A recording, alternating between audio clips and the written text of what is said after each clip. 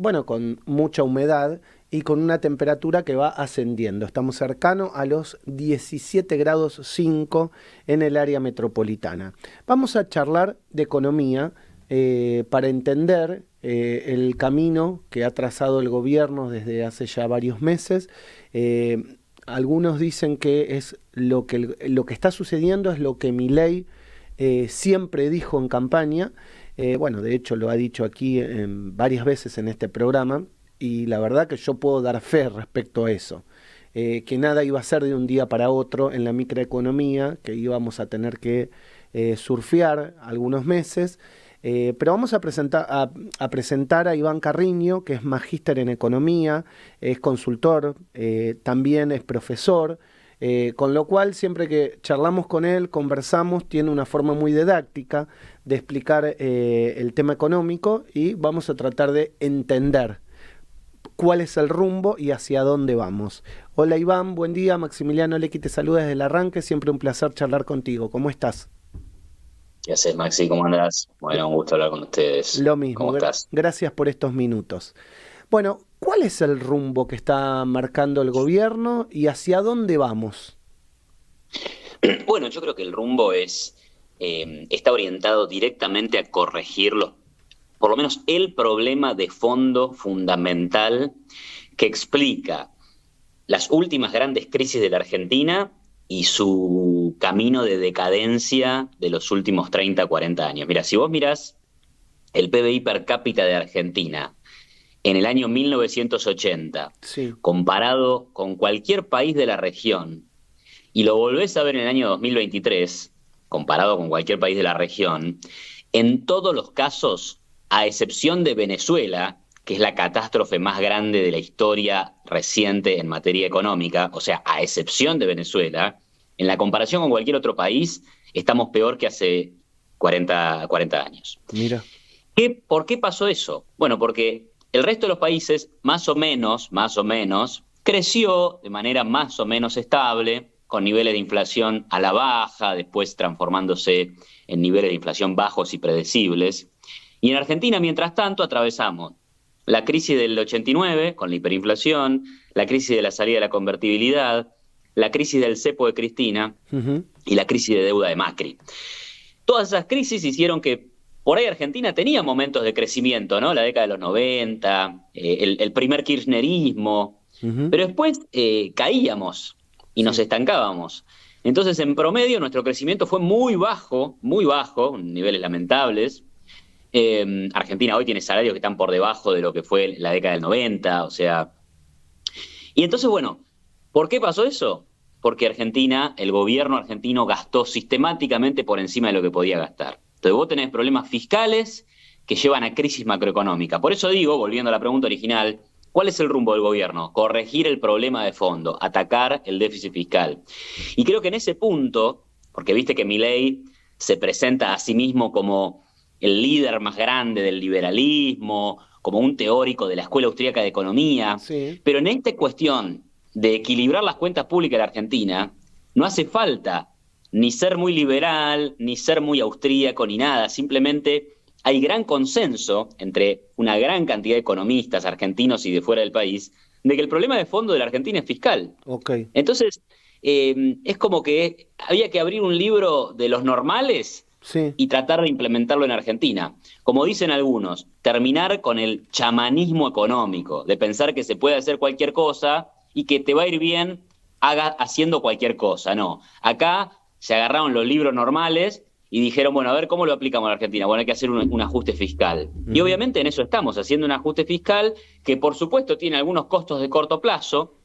No se puede salir de desequilibrios tan importantes como los que teníamos en el 2023 sin costos de corto plazo, pero todo en perseguir un objetivo que es estabilidad y crecimiento de mediano y de largo plazo, ¿no? Entonces, En esto que nos estás ahí vamos. contando, te hago un paréntesis para que le expliques a la gente si esto que se conoció como noticia hoy es importante o no. Que el ministro reconoció que no se logró el superávit financiero en las cuentas públicas en julio. ¿Esto es algo que tiene que ser una alerta, hay que preocuparse o es algo previsible?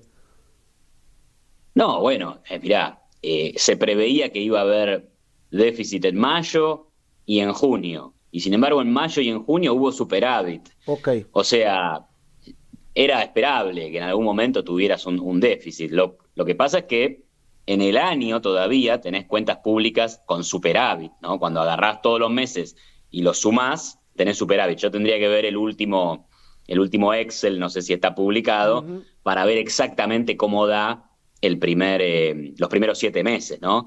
Pero a ver, la clave acá es que el año pasado la Argentina terminó con 3% de déficit primario respecto del PBI, o sea, estábamos gastando por encima de nuestras posibilidades sin considerar el pago de los intereses.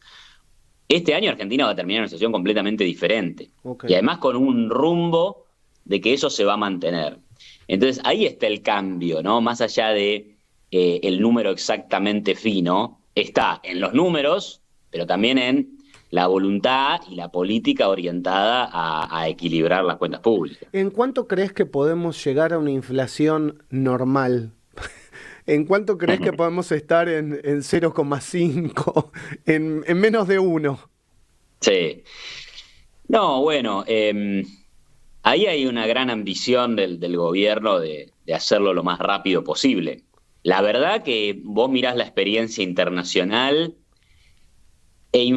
o sea, bajar una hiperinflación, paradójicamente, resulta más fácil que bajar rápido la inflación que teníamos nosotros. Ok. O sea, una hiper de 1000%, 20.000%, se corta muy rápido porque el gobierno implementa un sistema como el de la convertibilidad en Argentina en los 90 y rápidamente en 2 años tener una inflación de un dígito. Ujú. Y esa es la experiencia de otros países también. Cuando vos ves experiencias de baja de inflación, cuando la inflación está entre el 80 y el 200%, como era el caso de Argentina, Ujú. ahí la verdad es que si no dolarizás o no fijás el tipo de cambio, te puede llevar más años. Ok. Ahora, en Argentina no se dolarizó, pero se está haciendo un enorme ajuste fiscal. Tenemos un cepo, donde el dólar oficial crece 2% por mes, y estuvo muy estable el dólar paralelo, salvo hasta los últimos, no sé, un mes, el último mes y medio. Y ahora el gobierno, viendo eso, dice, no, yo ahora voy a intervenir en el dólar paralelo para mantenerlo relativamente estable también. Y vemos una baja de la inflación importante. El Morgan Stanley, que es un banco muy importante, dice el año que viene tenemos 25% de inflación. Es una baja considerable, pero no es normal. Eh, Yo eh, diría que tal vez en el 2026 podamos ver inflaciones alrededor del 12, del 8, tal vez. Sí, creo que para el fin del periodo de Milei, para el fin del primer mandato de Milei, si las cosas salen más o menos como las planifica el gobierno, podemos ver tranquilamente una inflación parecida a la de los países latinoamericanos. ok. Y estaríamos hablando de una baja de la inflación muy fuerte para la comparación histórica con otros países. O sea, sería un caso Argentina en donde la inflación bajó muy rápido respecto de lo que son otras experiencias. Recién comentaste al pasar, pero es algo que hemos charlado en este programa, la intervención que hace el gobierno en el mercado del dólar, desde lo ideológico, desde lo conceptual. ¿Vos eso lo ves bien o el gobierno no debería hacerlo? Mira, en lo ideológico también hay como miradas distintas, o sea, uno puede ser, por ejemplo, muy liberal, ¿no? Yo coincido, yo comparto las ideas liberales, creo en el capitalismo, Ujú. creo en el orden macroeconómico, creo en la propiedad privada, en los mercados libres, pero hay cuestiones donde necesariamente el gobierno interviene, que yo, dada la existencia de un banco central, hay que tomar decisiones respecto de qué hacer con el banco central y qué hacer con la inflación y qué hacer en materia cambiaria. Lo que pasa es que, bueno, tenés un problema que es el cepo. El cepo sí es algo completamente contrario a la libertad de los mercados.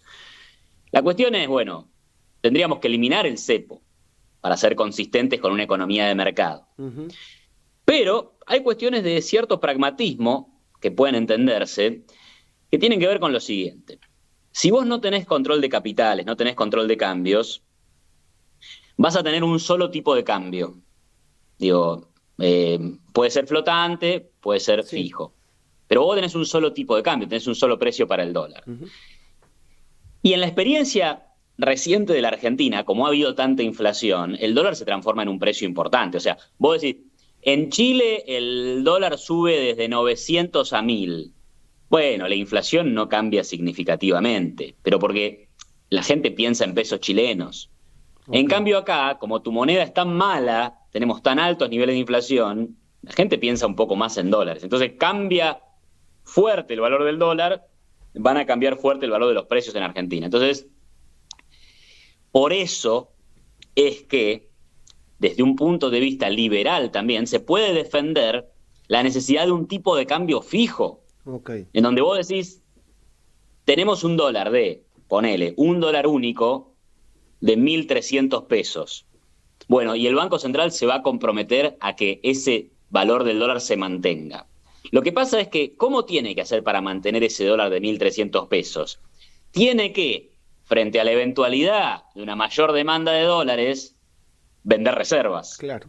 Y el problema es que el Banco Central Argentino no las No las tiene. tiene. Eh, Entonces ahí aparece el problema de decir, desde un punto de vista liberal, si vos tuvieras un solo tipo de cambio y querés mantenerlo fijo, no es una mala medida esa, porque vos no le prohibís a la gente ni comprar ni vender dólares. ok.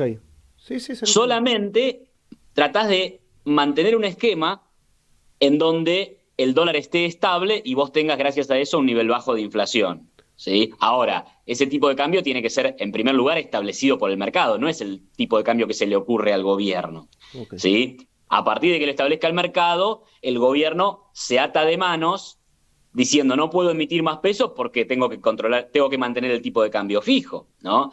Eso es compatible con una economía de mercado y con un mercado libre, ¿no? Y te baja la inflación. Entonces, en Argentina los problemas que tenemos son que tenemos un cepo, hay dos tipos de cambio, y no tenés reservas suficientes para mantener un tipo de cambio estable único. Entonces ahí aparecen los problemas y obviamente las incompatibilidades. Pero bueno, estamos en un momento de transición.